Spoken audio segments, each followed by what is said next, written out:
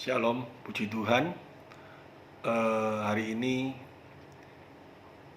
kita sama-sama akan menerima berkat firman Tuhan. Dan sebelumnya kita tundukkan kepala, kita sama-sama berdoa. Terima kasih Tuhan Yesus bahwa sampai dengan saat ini kesetiaan, ketaatan, kemampuan untuk hidup kudus di dalam kasih-Mu tetap Kau nyatakan di dalam hidup kami. Sebentar kami akan menerima berkat firman-Mu. Persiapkan hati kami supaya kami mampu mengerti setiap firman yang diberitakan. Berikanlah kami kesehatan, akal budi, kepandaian, kemampuan untuk dapat mencerna, mengerti kebenaran firman ini, sehingga kami semuanya boleh menerima berkat di dalam kebenaran-Mu. Demikian juga hamba-Mu yang terbatas, berikanlah hamba-Mu satu kemampuan untuk dapat menyampaikan isi hati-Mu melalui kebenaran firman Tuhan yang sebentar kami akan terima. Berikanlah hamba-Mu kesehatan, berikanlah hamba-Mu kepandaian, kemampuan, supaya hamba-Mu mampu menyampaikan isi hati-Mu. Dan kami percaya berkat firman-Mu akan berguna di dalam kehidupan ini. Di dalam nama Tuhan Yesus Kristus, kami siap menerima berkat firman-Mu. Haleluya, amin. Shalom, puji Tuhan. Hari ini kita sama-sama akan belajar di dalam kebenaran firman Tuhan di dalam perjanjian lama. Perjanjian lama ini penting sekali, ya.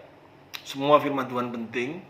Tetapi hari ini kita akan belajar bagaimana menjadi seorang pemimpin di dalam kehidupan ini. Banyak sekali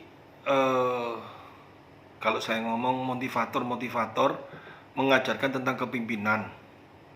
Kepimpinan itu beraneka macam, ya.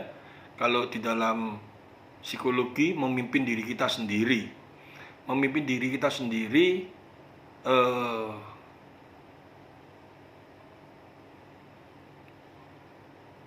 tanpa Allah hadir dalam hidup kita, pasti semuanya menjurus kepada dosa. Hanya pimpinan Allah Roh Kudus yang memampukan kita hidup di dalam kebenarannya. Kalau secara pribadi, kalau kita yang lain-lain bermacam-macam, memimpin di sebuah perusahaan itu perlu seseorang yang memiliki skill, kepandaian sesuai, ya, dengan apa yang dibutuhkan oleh perusahaan itu. Ini di dalam kehidupan kita saat kita masih ada di dunia. Nggak mungkin, ya, sebuah perusahaan, misalkan perusahaan farmasi, mencari seorang pemimpin yang tidak mengetahui bidang farmasi, dimasukkan di dalam bidang farmasi. Tidak mungkin. Seorang pemimpin di sebuah perusahaan atau pabrik, misalkan di bidang-bidang tertentu, pasti dia mencari seorang yang sudah mengenal perusahaan itu dengan baik. Dan seorang pemimpin bukan hanya dikenal sebagai seorang yang pandai dan seorang yang mengerti dalam sebuah perusahaan, tetapi juga diperlukan jiwa kepimpinan. Nah, jiwa kepimpinan ini talenta, ya. Kalau saya ngomong talenta, atau nanti kalau kita masuk di dalam pelayanan, itu baru karunia. Kalau talenta itu semua orang di dalam dunia ini yang memiliki satu kelebihan, itu talenta. Tetapi kalau kelebihan itu dipergunakan untuk melakukan sesuatu untuk Tuhan, ya, baru disebut karunia. Karena setiap orang yang memiliki talenta, ya, belum tentu dia menerima karunia. Saya kasih contoh, misalkan pemain musik. Banyak sekali di dunia ini pemain musik yang skillnya luar biasa. Dia memiliki talenta bermain musik. Karena kita tahu, ya, melalui kitab Kejadian, pertama kali manusia jatuh dalam dosa, setelah itu keturunan-keturunannya. Saya heran, kasih Tuhan itu begitu luar biasanya ya. Meskipun manusia sudah jatuh dalam dosa, ya, sudah hancur, tidak ada kebaikan di dalam diri manusia, tetapi manusia tetap dikasih hikmat oleh Allah untuk menciptakan sesuatu, ya, alat-alat musik, segala sesuatu, yaitu talenta yang diberikan. Jadi ada anugerah umum, kalau orang-orang biasa ngomong gitu, ada anugerah khusus. Tetapi kalau berbicara tentang talenta, saya berbicara ada orang bermain musik, dia jago bermain musik, bahkan dia mungkin luar biasa sekali. Tetapi jika hal-hal itu dipakai untuk kesenangan pribadi atau mencari kepopuleran atau mencari uang, ya, tanpa memperdulikan dari apa yang dia miliki itu untuk kemuliaan Tuhan, itu dia hanya memiliki talenta. Tetapi jika dia jago main musik dan apa yang menjadi talentanya itu dia persembahkan untuk Tuhan, dia mungkin melatih anak-anak supaya melalui bermain musik itu bisa dipakai untuk memuliakan Tuhan, memuji Tuhan, ataupun di dalam kehidupannya dia seorang pemain musik yang sangat luar biasa, tetapi dia pergunakan untuk memuliakan Tuhan di gereja atau dimanapun tempatnya, dia pakai kepintarannya, talentanya itu untuk memuliakan Tuhan. Itu karunia. Karena tidak semua orang diberi kesempatan seperti itu. Itu karunia. Itu satu hal yang sangat langka kalau saya ngomong. Karena tidak semua orang menerima karunia seperti itu. Tapi sayangnya sekarang banyak karunia-karunia yang saya ngomong, orang menerima karunia tapi karunia palsu, berkedok, ya. Dia mungkin main musik, dia ngomong aku ingin melayani, tetapi hatinya bukan untuk memuliakan Tuhan, dipakai untuk cari duit, ya, melayani di sini, di sana, di sini, kan dapat persembahan. Nah dia dengan bermacam-macam dalil dia ngomong, ya ini hak saya dapat. Ya coba masing-masing introspeksi di dalam hatinya. Pada waktu ibadah dia main musik, betul-betul dia memuliakan Tuhan dan ada kerinduan untuk ibadah betul-betul, atau semuanya hanya duit. Ini yang repot. Ini yang salah. Karena sekarang di dalam dunia ini sistem yang sedemikian rusaknya, sampai dengan pelayanan pun kalau tidak dikasih duit orang tidak jalan, katanya seperti itu. Bahkan gereja sekarang untuk pemain musik persembahannya besar-besaran, sehingga ini akan merusak. Bahkan pengkhotbah pun juga seperti itu. Khotbah di tempat A persembahannya lebih besar dari khotbah di tempat B, ya kita jujur-jujur saja mana yang dipilih. Nah ini satu hal yang harus menjadi satu pengertian di dalam kehidupan kita melayani Tuhan.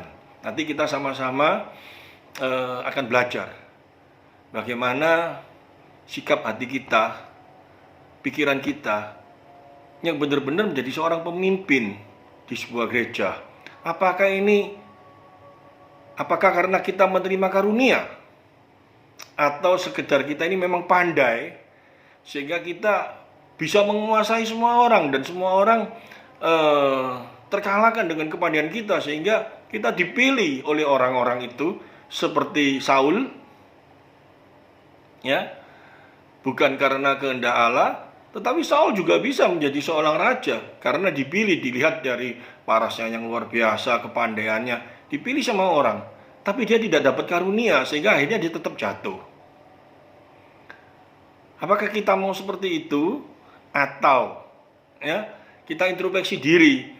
Kita tidak boleh memaksakan diri kita, ya. Kalau kita tidak dapat karunia, mungkin cukup kita sebagai jemaat atau ya sebagai apa sajalah.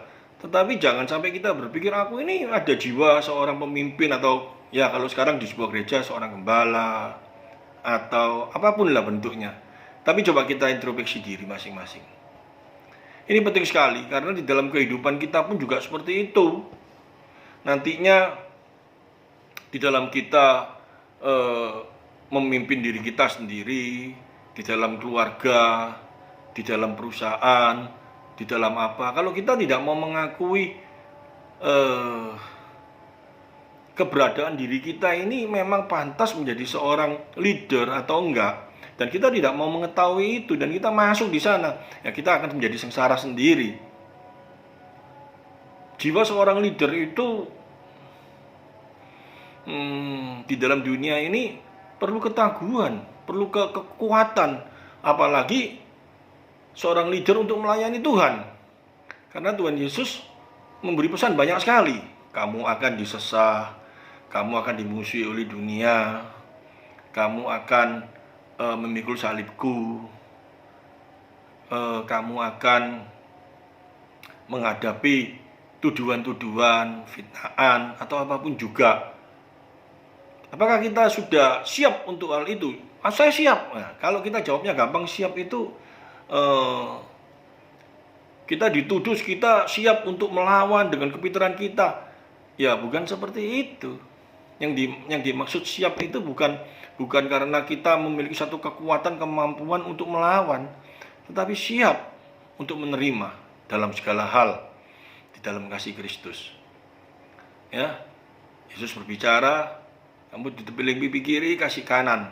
Ya bukan berarti kalau kita dituduh kita diam aja. Hendaknya kau jangan sampai jadi batu sandungan. Ini yang jauh lebih berat sekali. Jadi supaya kita menghindari tuduhan itu, hidup kita gayanya bagaimana? Ini penting di dalam kehidupan orang percaya. Kita jangan ngomong, aku gak masalah, aku mau apa, yang penting aku sama Tuhan. Loh, kita di dunia ini selain sama Tuhan, kita berhadapan sama manusia. Nah, ini kita sama-sama belajar. Kita lihat kehidupan Musa yang Tuhan pilih. Ya, Tuhan pilih, Tuhan berikan karunia untuk menjadi seorang pemimpin. Apa yang ada dalam diri Musa, ya, sehingga Tuhan pilih, atau apa yang Tuhan berikan di dalam diri Musa saat dia dipilih. Nah, ini harus kita mengerti dengan baik. Apa yang ada dalam diri Musa sehingga Tuhan pilih, atau apa yang Tuhan berikan setelah Tuhan pilih. Nah, ini pengertian ini harus kita mengerti dengan baik. Yang pertama, kalau saya ngomong, bukan apa yang ada dalam diri Musa sehingga Tuhan pilih. Enggak. Kalau Tuhan melihat diri Musa, nanti kita sama-sama belajar, nggak ada satu hal yang hebat dalam diri Musa sehingga Tuhan pilih. Tapi Tuhan memilih Musa karena kemahatauan Allah yang saya tidak tahu. Bahkan saya berbicara, kenapa Tuhan pilih saya sebagai hambanya, sebagai orang yang menerima anugerah, saya tidak tahu. Tetapi yang jelas saya menerima anugerah itu dalam hidup saya. Tapi kenapa dia pilih saya nggak tahu.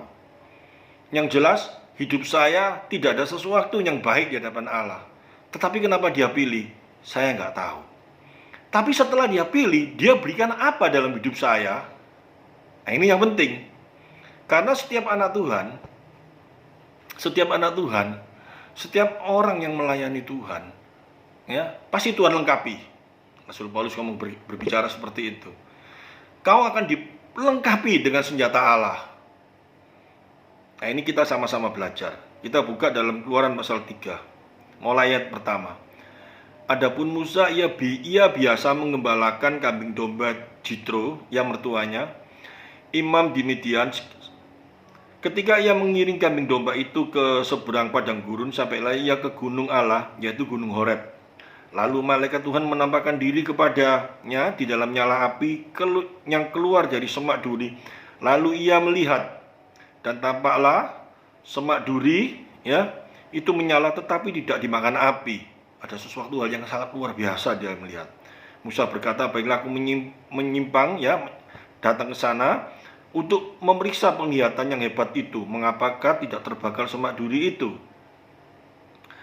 Ketika dilihat Tuhan bahwa Musa menyimpang atau jalan untuk memeriksanya, berseluruh Allah dari tengah-tengah semak duri itu kepadanya, Musa, Musa, dan ia menjawab, ya Allah. Lalu ia berfirman, janganlah datang dekat-dekat, tinggalkanlah kasutmu dari kakimu, sebab tempat di mana engkau berdiri itu adalah tanah yang kudus. Lalu ia berfirman, akulah Allah ayahmu, Allah Abraham, Allah Ishak, dan Allah Yakub. Ini dia sebutkan nenek moyang cikal bakalnya orang Israel ya. Dan Musa ini turunan daripada salah satu yang disebutkan seperti itu. Lalu Musa menutup mukanya sebab ia takut memandang Allah. Dan Tuhan berfirman, aku telah memperhatikan dengan sungguh kesengsaraan umatku di tanah Mesir, dan aku telah mendengar seruan mereka yang disebabkan penggerah-penggerah mereka. Aku mengetahui penderitaan mereka, sebab itu aku telah turun untuk melepaskan mereka dari tangan orang Mesir dan menuntun mereka keluar dari negeri itu ke suatu negeri yang baik dan luas, suatu negeri yang berlimpah-limpah susu dan madunya, ke tempat orang Kanaan, orang Het, orang Amori, orang Feris, orang Hewi, dan orang Yebus. Sekarang seruan orang Israel telah sampai kepadaku, juga telah kulihat betapa kerasnya orang Mesir menindas mereka. Jadi sekarang pergilah, aku mengutus engkau kepada Fir'aun untuk membawa umatku orang Israel keluar dari Mesir. Tetapi Musa berkata, ini sesuatu yang mulai ada dalam kehidupan manusia. Setiap manusia pasti seperti gitu. Siapakah aku ini? Maka aku yang akan menghadap Fir'aun dan membawa orang Israel keluar dari Mesir. Ini menunjukkan satu hal di dalam diri Musa. Dia mengetahui siapa keberadaan dirinya. Dia mengerti akan kemampuan dirinya. Ya, jadi sifat seorang pemimpin yang utama, kalau saya lihat dari ayat ini kita belajar, saat kita bisa diangkat menjadi memimpin, ya, memimpin sebuah pelayanan. Ini berbicara tentang pelayanan ya, atau dalam kehidupan sehari-hari. Yang pertama, kita nggak boleh sombong. Jadi, kalaupun kita bisa memimpin sebuah gereja yang besar, ataupun gereja yang kecil, memimpin 5 orang, ataupun 1000 orang, atau 100.000 orang, kita jangan merasa bahwa itu kita capai karena memang kemampuan kita yang hebat, atau karena kehebatan kita sehingga kita bisa tercapai hal yang demikian. Tetapi di sini Musa mulai berkata, siapakah aku ini? Maka aku akan menghadap Fir'aun dan membawa orang Israel keluar dari Mesir. Artinya dia mengetahui dirinya nggak mampu, dirinya nggak bisa memimpin yang seperti itu, ya. Tetapi di dalam pengakuannya itu, yang menulis kitab Keluaran ini juga Musa sendiri, ya. Lalu firman-Nya, bukankah aku akan menyertai engkau? Inilah tanda bagimu bahwa aku yang mengutus engkau apabila engkau telah membawa bangsa itu keluar dari Mesir. Maka kamu akan beribadah kepada Allah di gunung ini. Ayat 12 ini sangat luar biasa. Di dalam kehidupan kita sehari-hari, saat kita bisa berhasil memimpin keluarga kita, anak kita bertumbuh dengan baik, memiliki kepintaran karena belajar sekolah dengan baik, mengasihi Tuhan, sampai kita punya mantu yang baik, cucu yang baik. Jangan sekali-kali kita berkata itu karena kita. Ya memang orang lain boleh berkata, oh dia memimpin keluarganya sedemikian luar biasanya, dan kita senang. Itu wajar, secara psikologi wajar. Tetapi di dalam kehidupan pribadi kita sendiri, ya pribadi kita sendiri, kita mulai tidak boleh berbicara, aku hebat, aku luar biasa, aku bisa seperti itu semuanya karena aku. Tapi kita mengakui, ini bisa semua terjadi seperti ini. Benar-benar, jangan kita cuma ngomong di bibir saja, tetapi mulai dalam hati kita. Ini dilihat dari kacamata kita sendiri. Nggak mungkin kita bisa sampai mencapai seperti ini. Tetapi kalau bisa seperti ini mesti turut campur tangan Tuhan. Ini semua karena Tuhan. Sehingga di dalam kita nantinya memimpin, di dalam nantinya kita dipercaya untuk memimpin baik sebuah gereja, ataupun sebuah perusahaan, ataupun sebuah keluarga, ataupun apapun juga yang dipercayakan kepada kita, kita selalu bergantung di dalam Tuhan. Kita selalu mengakui tanpa Dia kita nggak mampu. Sehingga setiap keberhasilan yang kita tinggikan bukan diri kita, yang kita tinggikan Dia, karena Dia yang membuat hal ini bisa tercapai dengan baik. Hanya Dia yang mampu membuat kita menjadi bisa seperti ini semuanya. Ini dikatakan seperti itu. Lalu firman-Nya, bukan aku akan menyertai engkau, ya, Allah berbicara seperti inilah tanda bagimu bahwa aku mengutus engkau. Ayat 12 luar biasa. Bukan aku yang akan mengutus engkau, inilah tanda bagimu bahwa aku mengutus engkau. Jadi kalau hari ini kita mungkin berhasil di dalam pelayanan, terus kita mulai berkata menepuk dada kita, ini karena aku hebat, ini karena kepintaranku, atau kelicikanmu, ya, yang bisa menguasai orang sehingga kamu berhasil di mata orang. Jangan suka dulu, jangan senang dulu, ya. Tetapi kalau kita lihat keberhasilan kita itu dan kita mengakui bahwa itu semua karena Dia yang menyertai kita, karena Dia yang membuat ini bisa berhasil. Kalau dalam kehidupan bisnis, aku bisa punya pabrik, aku bisa memimpin, aku dipercayai di sebuah perusahaan, aku bisa berhasil dalam hal ini semua. Hari ini kalau kita merasa bahwa keberhasilan ini itu karena kita yang hebat, kita yang pinter, hati-hati, kita mulai sombong, ya, bertobat, dan kita mulai berkata, ini semua hanya karena Engkau yang memberi aku hikmat, yang menyertai aku, yang menjaga aku, sehingga setiap keputusan menjadi satu hal yang berhasil. Itu semua karena Engkau. Kalau ini ada dalam pikiran kita, berarti tandanya bahwa Dia menyertai kita. Tapi kalau pikiran ini tidak ada dalam pikiran kita, yang ada dalam pikiran kita, wah ini karena kehebatanku, ya, bisa mengotak-atik orang kanan kiri sehingga bisa empati sama aku bisa menguasai orang, aku bisa ulung di dalam bisnis gini-gini, semua ini karena aku. Berarti itu bukan Tuhan menyertai engkau. Itu berarti keberhasilanmu bukan karena Tuhan, keberhasilanmu karena engkau sendiri. Memang. Tetapi kalau hal ini terjadi dalam kehidupan kita yang seperti itu, hati-hati. Suatu saat kita akan dituntut oleh dosa itu sendiri. Ya. Karena kesombongan akan datang di dalam kehidupan kita dan akan menghancurkan kita nantinya. Setiap keberhasilan, kalau datangnya bukan dari Tuhan, akan menekan di dalam kehidupan kita. Karena keberhasilan itu akan kita jagai, akan kita protek sebagaimana supaya jangan sampai direbut orang. Dengan segala cara kita jagai secara luar biasa, sehingga tidak ada damai sejahtera dalam kehidupan kita. Tetapi kalau kita mengakui segala hal keberhasilan kita itu datangnya dari Tuhan, kita akan menjagai dengan sekuat tenaga kita bersama dengan Tuhan. Dan hasilnya ada damai sejahtera dalam kehidupan kita. Usaha kita maju, kita berhasil di dalam kehidupan berbisnis, dan kita mengaku ini semua karena Tuhan.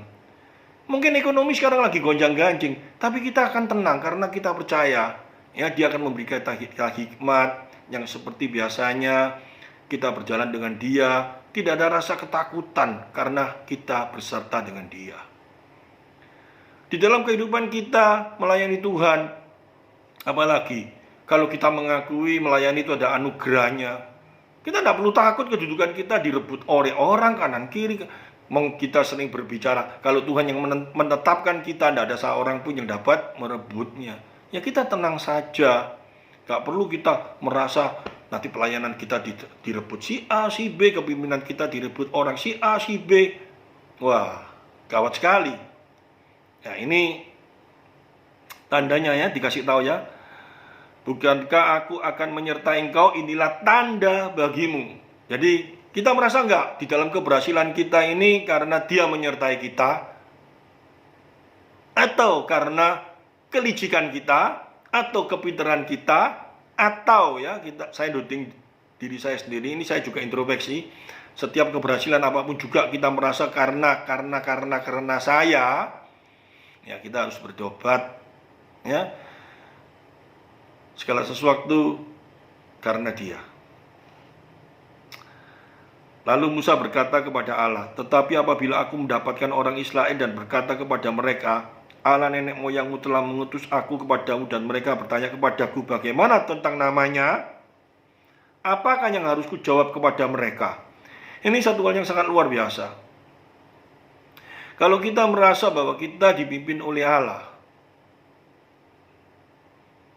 yang tadi kita bisa berhasil, kita bisa bekerja, berjalan semua itu karena pimpinan Allah. Yang harus jadi pertanyaan di dalam kehidupan kita, apakah kita mengenal dia? Karena di dalam ayat ini Musa berkata, nanti kalau ditanya Allah, aku itu siapa? Aku jawab apa? Berarti kan pada waktu itu dia belum mengetahui secara dalam siapa itu Allah, sehingga dia tidak berani. Tetapi setelah Allah memberikan penjelasan di dalam pribadi Allah itu bagaimana dalam kehidupannya, Musa mulai berani. Musa secara luar biasa, dia berani menghadapi Fir'aun, dia berani memimpin umat Israel berjuta orang. Itu karena dia tahu siapa yang menyertai dia, siapa yang berjalan dengan dia. Ini dia bisa tahu itu semua dari mana? Karena Allah yang memperkenalkan dirinya sebagai seorang yang sebagai Allah yang mengutus dia, dan dia mengenalkan firman Allah kepada Musa, aku adalah aku. Lagi firman-Nya, beginilah kau katakan kepada orang Israel itu, aku adalah aku, telah mengutus aku kepadamu. Pada waktu kata-kata aku adalah aku ini, saya kalau melihat di dalam bahasa aslinya, bahasa Ibrani, aku gini-gini, saya cuma mau mengambil satu pemikiran di dalam kehidupan kita. Kenapa dia berbicara aku adalah aku? Kita semua tahu, setiap nama yang ada di dalam dunia ini pasti dihubungkan dengan sebuah arti. Misalkan namanya Bejo, ya berarti berharap orang tuanya dia selalu mujur. Bejo itu kan untung. Atau nama macam-macam memiliki arti yang ada dalam dunia ini. Tetapi kalau Allah, tidak ada satu nama yang mulia di dalam dunia ini yang bisa menyandang siapa dia, sehingga dia berkata aku adalah aku, karena dia paling mulia. Tidak ada sesuatu yang bisa menyandang namanya. Ya, saya teruskan aja dulu tentang pemimpin ini. Selanjutnya berfirmanlah Allah kepada Musa, beginilah kau katakan kepada orang Israel, Tuhan Allah nenek moyangmu, Allah Abraham, Allah Ishak, dan Allahnya Yakub telah mengutus aku kepadamu. Itulah nama-namaku untuk selama-lamanya, dan itulah sebutanku turun-temurun.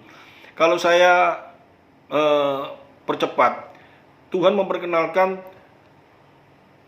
beginilah kau katakan kepada orang Israel, Tuhan Allah nenek moyangmu, Allah Abraham, Allah Ishak, dan Allah Yakub yang telah mengutus kamu. Ini jangan kita baca Allah Ishak, Allah Yakub terus kita cuman bacanya seperti itu. Tetapi bagi bangsa Israel, ya, yang dididik mulai kecil, ya, tentang silsilah, tentang Allahnya itu bagaimana. Pada waktu Allah mengenalkan dirinya, akulah Allahnya Abraham, Allah Ishak, Allah Yakub, pasti orang Israel itu mengerti Allahnya Abraham itu bagaimana, ya. pribadinya pada waktu memimpin Abraham, memimpin Yakub, memimpin Ishak, memimpin Yakub. Apa yang telah dilakukan Allah kepada nenek moyangnya, mereka pasti ingat. Dan mereka mulai tahu siapa ini. Dan Musa mulai tahu Allah siapa ini. Ya, yang datang dan mengutus dia pada saat Allah menyatakan dirinya, aku adalah Allahnya nenek moyangmu, Allah Abraham, Allah Ishak, Allah Yakub. Musa langsung tahu, oh seperti ini. Karena apa? Musa dari kecil, kalau kita lihat di dalam kitab Keluaran pasal yang ke-1, Musa mulai kecil diajar, dididik ya oleh kakaknya tentang bangsa Ibrani itu, bangsa Israel itu, yang dulunya adalah orang Ibrani, orang Yahudi, yang diajar mulai kecil tentang turunan silsilah nenek moyangnya, dan Allah yang disembah oleh Abraham, oleh Isa, oleh Yakub itu Allah yang bagaimana, itu diajarkan bagi setiap anak-anak Israel pada waktu itu. Sehingga pada waktu Allah mengenalkan dirinya, Musa langsung tanggap, ngerti.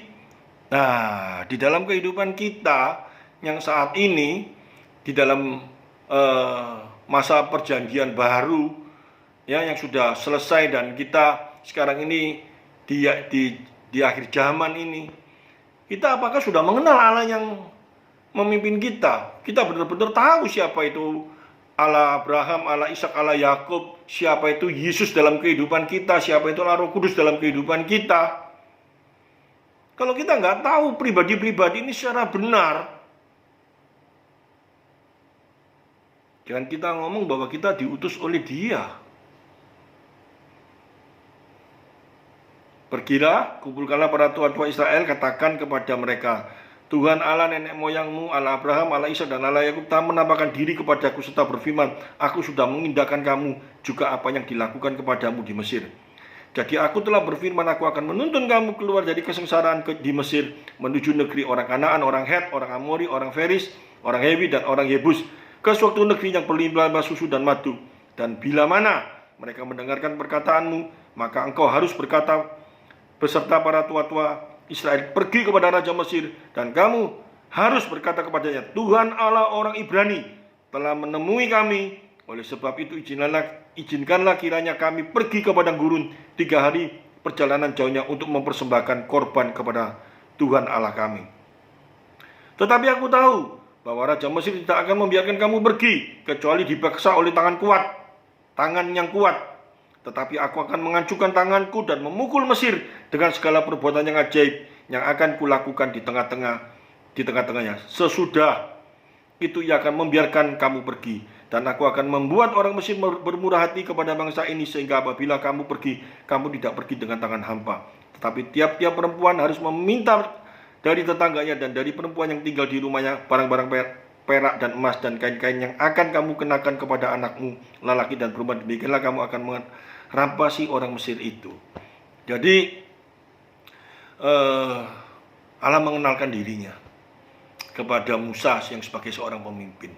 Nah, di dalam kehidupan kita yang mengaku mungkin hari ini sebagai hamba Tuhan, ya, atau yang bukan sebagai hamba Tuhan, kalau kita mengaku bahwa kita menjadi seorang pemimpin di dalam kehidupan kita, yang pertama mungkin kita memimpin dalam kehidupan rumah tangga kita. Apakah makin hari kita makin mengenal Tuhan dengan benar? Apakah makin hari Tuhan mengenalkan dirinya dalam kehidupan kita ini makin hari makin luar biasa? Atau kita makin kabur, makin tidak mengerti di dalam kehidupan kita siapa itu Tuhan dalam hidup kita? Kalau kita makin nggak mengerti dan kita nggak tahu siapa itu Tuhan, bahkan kita makin acuh kepada kehidupan kita, kita nggak mengenal Tuhan, nggak peduli, nggak apa-apa. Jangan kita berkata dalam kehidupan kita sehari-hari bahwa hidup kita ini dipimpin oleh Dia. Kalau memang hidup kita dipimpin oleh Dia, ada satu hal yang kita pelajari dari kitab Keluaran ini. Makin hari, Dia makin mengenalkan dirinya kepada kehidupan kita. Makin hari, Dia makin mengenalkan di dalam pribadinya, di dalam kehidupan hidup kita. Sehingga pada saat kita memimpin, baik sebagai seorang hamba Tuhan yang melayani di sebuah gereja, makin hari kita makin mengenal siapa itu Dia, dan Dia makin hari kita makin mengenalkan Allah yang sudah kita kenal dengan baik itu kepada umat dengan benar. Ya, nanti Musa disuruh menyampaikan kepada bangsa Israel, bangsa Ibrani kalau pada waktu itu ya, Israel, siapa itu Allah. Musa bisa seperti itu karena Allah sendiri yang mengenalkan siapa dirinya.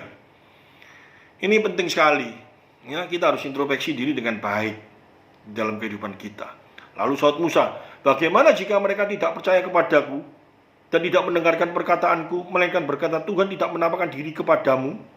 Tuhan berfirman, apakah yang di tanganmu itu? Jawab Musa, tongkat. Firman Tuhan, lemparkan ke tanah, dan ketika dilemparnya ke tanah, maka tongkat itu menjadi ular sehingga Musa meninggalkannya, lari meninggalkannya. Tetapi Tuhan berkata kepada Musa, ulurkan tanganmu dan peganglah ekornya. Musa mengulur tangannya, ditangkapnya ular itu, lalu menjadi tongkat di tangannya. Kalau kita baca hal ini kayak sesuatu yang biasa. Tetapi kalau kita mau mendalami, Musa itu sampai lari itu pada saat tongkatnya dilempar jadi ular itu, mungkin Musa takut sama ular benar-benar. Tapi pada waktu Tuhan memanggil, pegang ekornya, Musa sampai berani. Saya bisa bayangkan kalau diri saya takut sama ular. Kalau saya kelihatan ular, saya takut. Ya. Tetapi kalau Allah yang berkata, tangkap ular ekornya, ini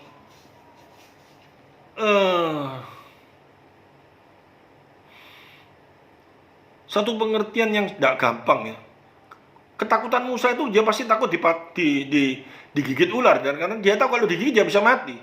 Tetapi pada waktu Tuhan berbicara, Allah berbicara sama dia, berkata, tangkap dan ulurkan tanganmu dan pegang ekornya. Dan Musa mengulurkan tangannya, ditangkapnya ular itu dan lalu menjadi tongkat. Ini satu hal yang nggak main-main. Perlu iman yang benar. Iman yang benar itu apa? Pengenalan Allah yang benar. Musa berani lakukan itu karena dia tahu ini siapa yang menyuruhnya.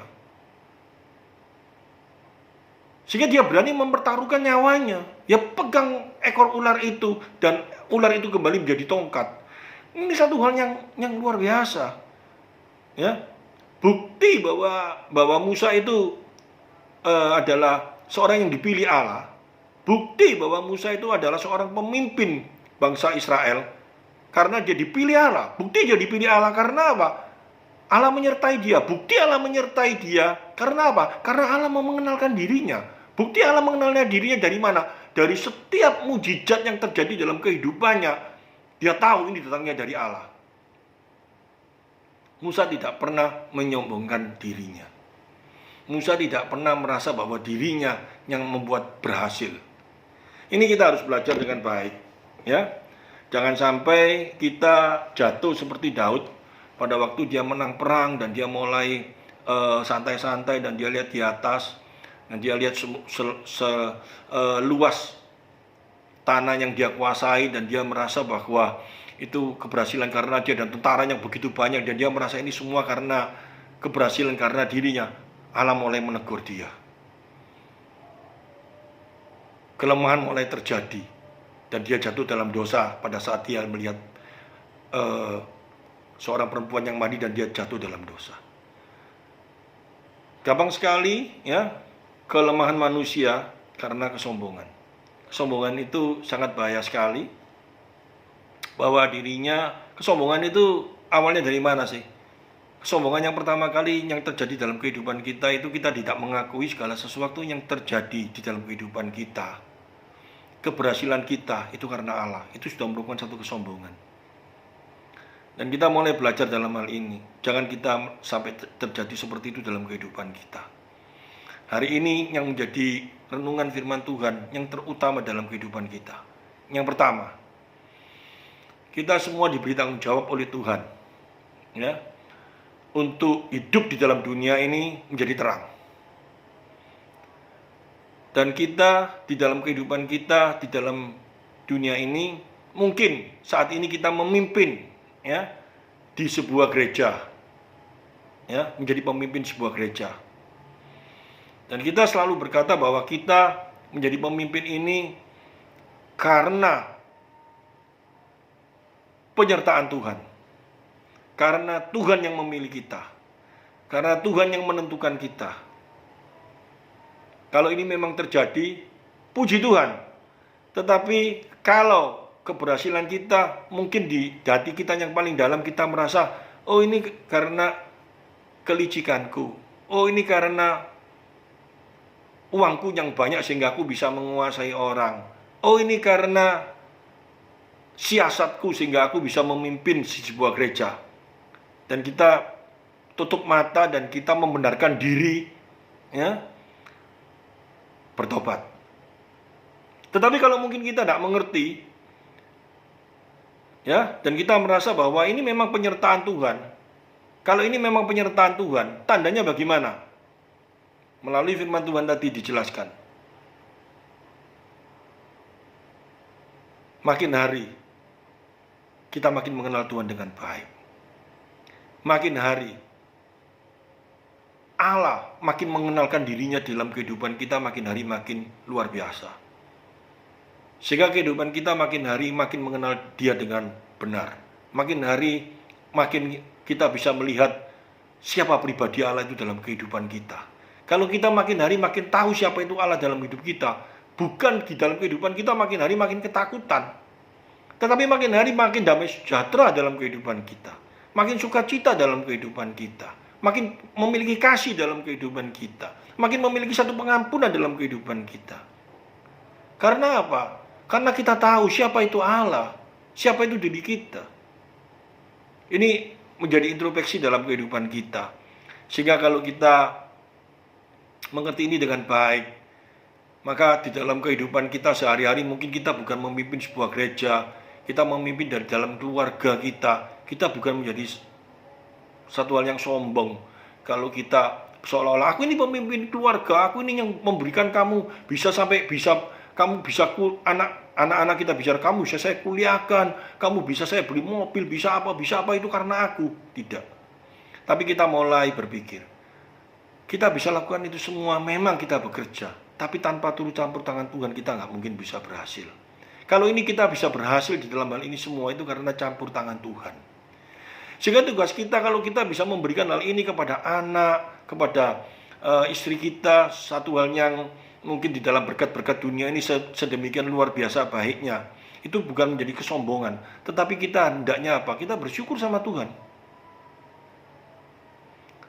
Sehingga kita bisa memiliki sifat seperti Ayub itu. Kasihnya begitu luar biasa. Pada waktu anaknya berpesta-pesta, dia memberikan korban dosa. Dia takut mungkin di dalam berpesta itu anaknya mengucapkan kata-kata yang berdosa, sehingga menjadi dosa. Dia memberikan korban kepada Allah supaya hal itu jangan sampai terjadi.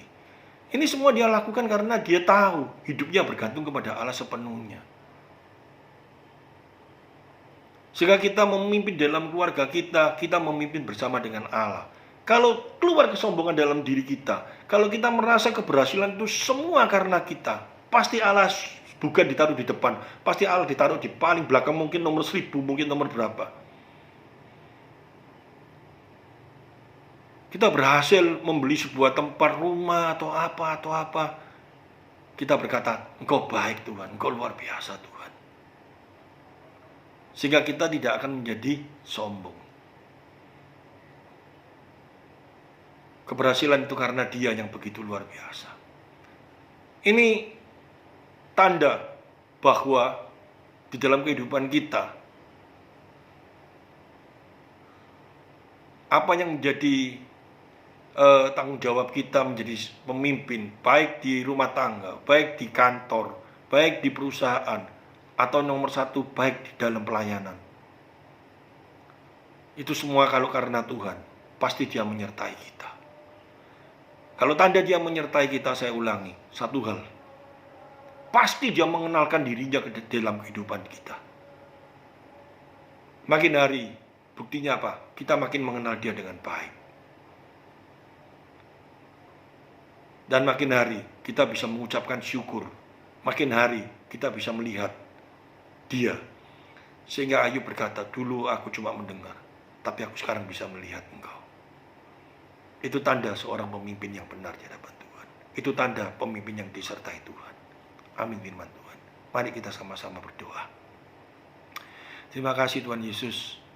Kau telah mengajarkan kami mengenai satu hal, kami hendaknya berintrospeksi diri. Kalau kami mengaku bahwa di dalam kehidupan kami, baik kami memimpin di dalam keluarga, karena kami percaya di dalam kepimpinan kami, di dalam keluarga sampai dengan saat ini, jika keluarga kami bisa berhasil, anak kami, menantu kami, cucu kami, istri, suami kami berhasil, itu semua bukan karena kami, tetapi karena Engkau yang memimpin. Dan kami bersyukur bukti bahwa Engkau menyertai kami, bahwa kami makin hari makin mengenal Engkau. Makin hari kami makin tahu siapa itu Engkau dalam hidup kami. Betapa luar biasanya pengertian-pengertian yang Kau nyatakan di dalam kehidupan kami ini Tuhan. Sehingga damai sejahtera-Mu selalu hadir dalam hidup kami. Terima kasih Tuhan, terpujilah nama-Mu.